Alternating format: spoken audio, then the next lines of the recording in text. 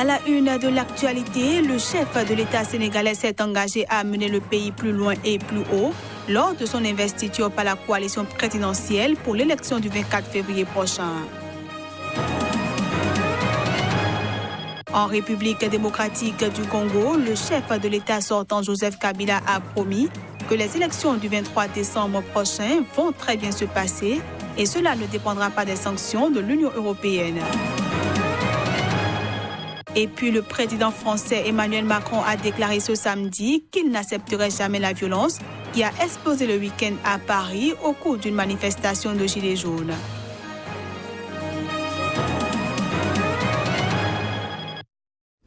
Voilà ainsi présenté l'ossature de cette édition. Bienvenue à tous. En Guinée, le syndicat libre des enseignants et chercheurs a appelé au maintien du mot d'ordre de grève dans les établissements publics. Les grévistes réclament le paiement d'un salaire de base d'au moins 8 millions de francs guinéens, soit environ 500 000 francs CFA. Selon Boubacar Souma, le secrétaire général du syndicat libre des enseignants et chercheurs, cette réclamation est contenue dans un protocole d'accord signé avec le gouvernement le 13 mars dernier. Pour sanctionner les grévistes, le gouvernement a décidé de geler les salaires des mois d'octobre et novembre, une décision qui a suscité la colère des travailleurs du secteur de l'enseignement. Au Togo, la coalition des 14 partis de l'opposition a encore fait descendre ses militants dans la rue à travers le pays. C'était ce week-end. Les manifestants dénonçaient le test de la réforme constitutionnelle soumis à l'Assemblée par le gouvernement, ainsi que la tenue des législatives le 20 décembre prochain, dont l'organisation n'inclut pas l'opposition. Reportage. Pour la deuxième fois en 72 heures, la coalition de l'opposition a mobilisé ses militants dans les rues de Lomé.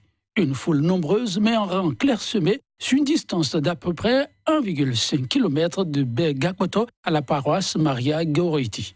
Ouro, Dikpa, Tchatipi, membres du Parti national panafricain, demandent au gouvernement de tirer les conclusions de ces échecs. Le dernier en date, souligne-t-il, celui du 30 novembre dernier. En effet, ce jour-là, l'Assemblée nationale n'a pas réussi à rassembler les 4/5 des voix des députés pour adopter le projet de loi de réforme constitutionnelle contesté.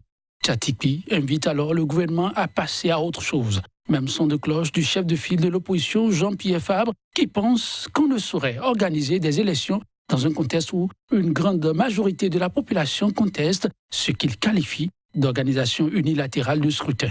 D'au mieux, le président de l'Assemblée nationale, Dama Dramani, a fait ajourner le vote du projet et s'en remet à la communauté économique des États de l'Afrique de l'Ouest, CEDEAO, facilitatrice dans la crise politique togolaise.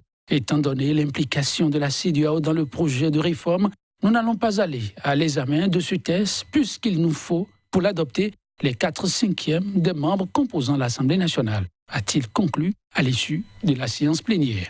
Désormais, la situation semble dans l'impasse. En attendant la réaction de la CEDEAO, la campagne électorale s'ouvre en principe le mardi 11 décembre prochain pour les législatives. Pour ce jour-là, faute de pouvoir manifester, code électoral oblige, l'opposition appelle déjà à une journée Togo mort.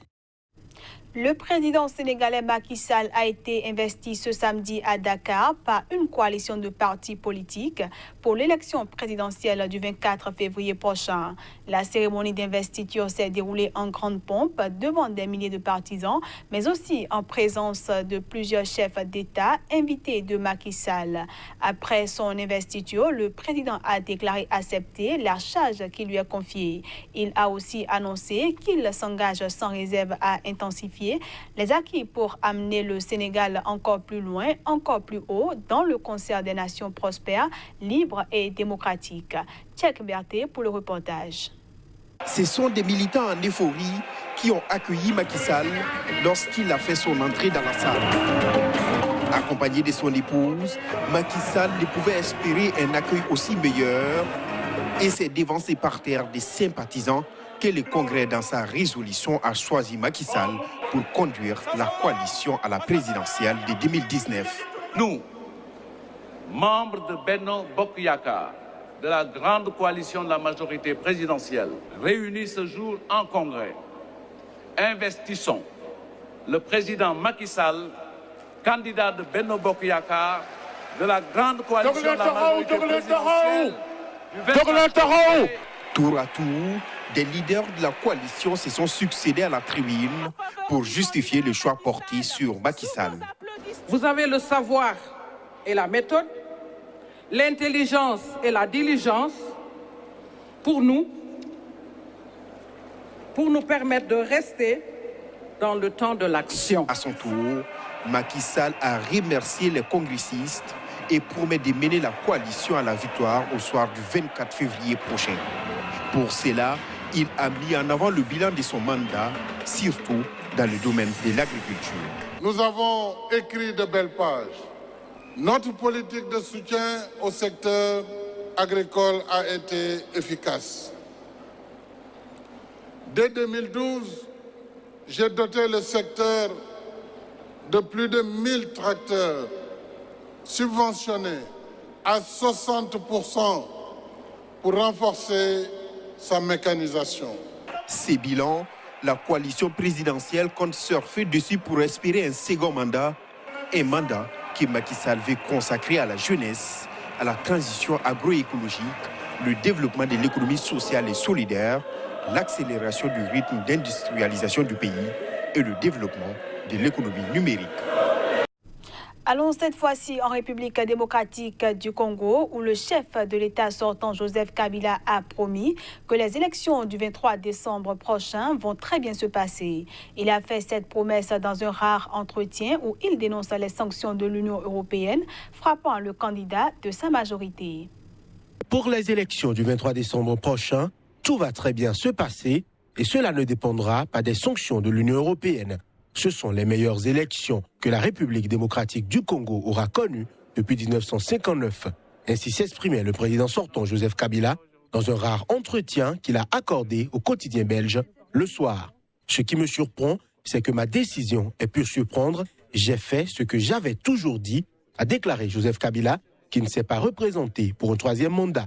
Il a plutôt investi un dauphin à l'élection présidentielle pour sa succession en la personne de son ex-ministre de l'Intérieur, Emmanuel Ramazani Shadari.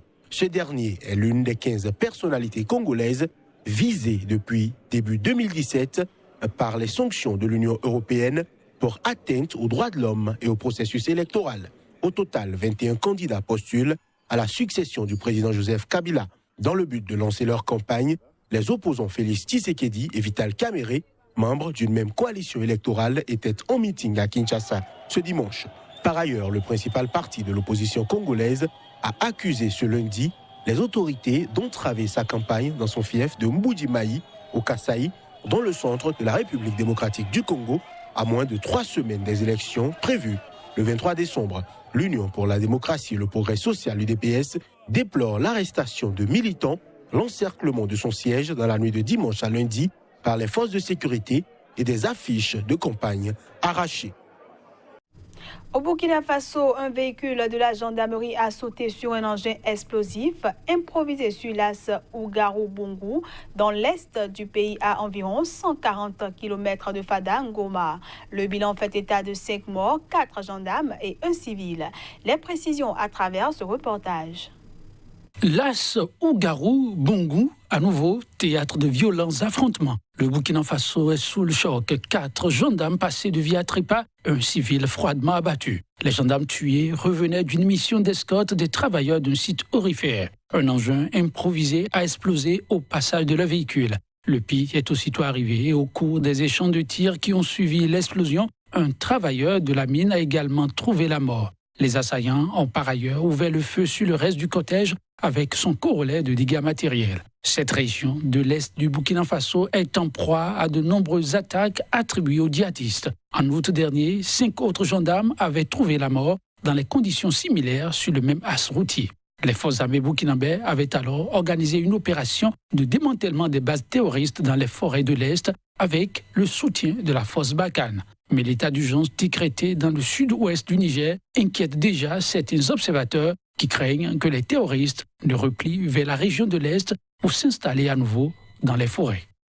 Je le disais en titre, le chef de l'État français Emmanuel Macron a déclaré qu'il n'accepterait jamais la violence qui a explosé ce samedi à Paris au cours d'une manifestation de Gilets jaunes. Selon lui, cette violence n'a rien à voir avec l'expression d'une colère légitime. Le président français Emmanuel Macron a condamné les violences qui ont eu lieu à Paris ce samedi lors des manifestations de Gilets jaunes. Lors d'une conférence de presse à l'issue du G20, il a estimé qu'aucune cause ne justifie que les forces de l'ordre soient attaquées et qu'il n'accepterait jamais la violence.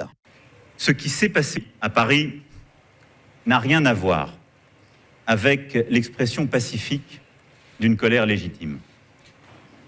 Aucune cause ne justifie que les forces de l'ordre soient attaquées, que des commerces soient pillés, que des bâtiments publics ou privés soient incendiés, que des passants ou des journalistes soient menacés, ou que l'Arc de Triomphe soit souillé.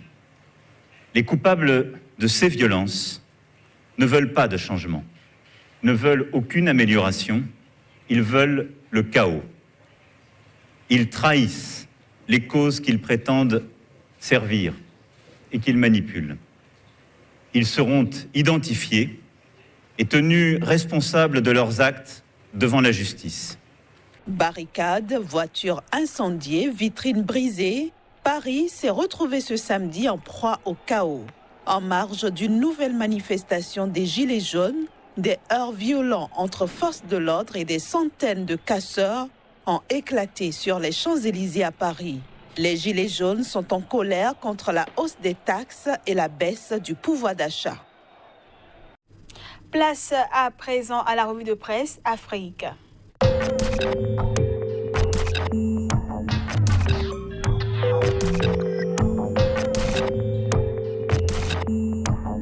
Ravi de vous retrouver en ce début de semaine. Bienvenue à toutes et à tous. La revue de presse Afrique de ce lundi nous emmène en Côte d'Ivoire, au Togo et au Cameroun. Et parlant justement du Cameroun, l'actualité des journaux porte essentiellement sur le retrait de la CAN. Ainsi, le quotidien Le Messager explique à ses lecteurs comment Paul Biya a perdu la CAN 2019.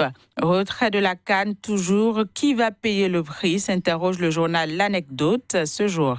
Parlant du même sujet, le journal Les Repères nous informe que le Cameroun ira au tribunal arbitral du sport. Crise anglophone au Cameroun, on reste avec le journal Les Repères qui nous apprend que Paul Biya tend la main aux fauteurs de troubles. Escale au Togo où plus de 300 localités rurales bénéficieront bientôt de l'électricité, peut-on lire en première page du journal TM Togo Matin. Crise politique et législative du 20 décembre prochain, le ministre de la Fonction publique s'est prononcé sur les derniers développements politiques. Le point de ses propos dans le journal TM Togo Matin. Et pour finir, la Côte d'Ivoire où le journal Fraternité Matin nous informe que le chef de l'État est attendu à New York aujourd'hui pour présenter son plan d'action au Conseil de sécurité de l'ONU. Coopération ivoiro-brésilienne, Fraternité Matin informe ses lecteurs que Amadou Gon Coulibaly a reçu Ronaldinho. Voilà, ce sera tout pour la revue de presse Afrique de ce 3 décembre 2018 sur Sika TV. Merci de l'avoir suivi. À demain pour de nouvelles informations en Afrique.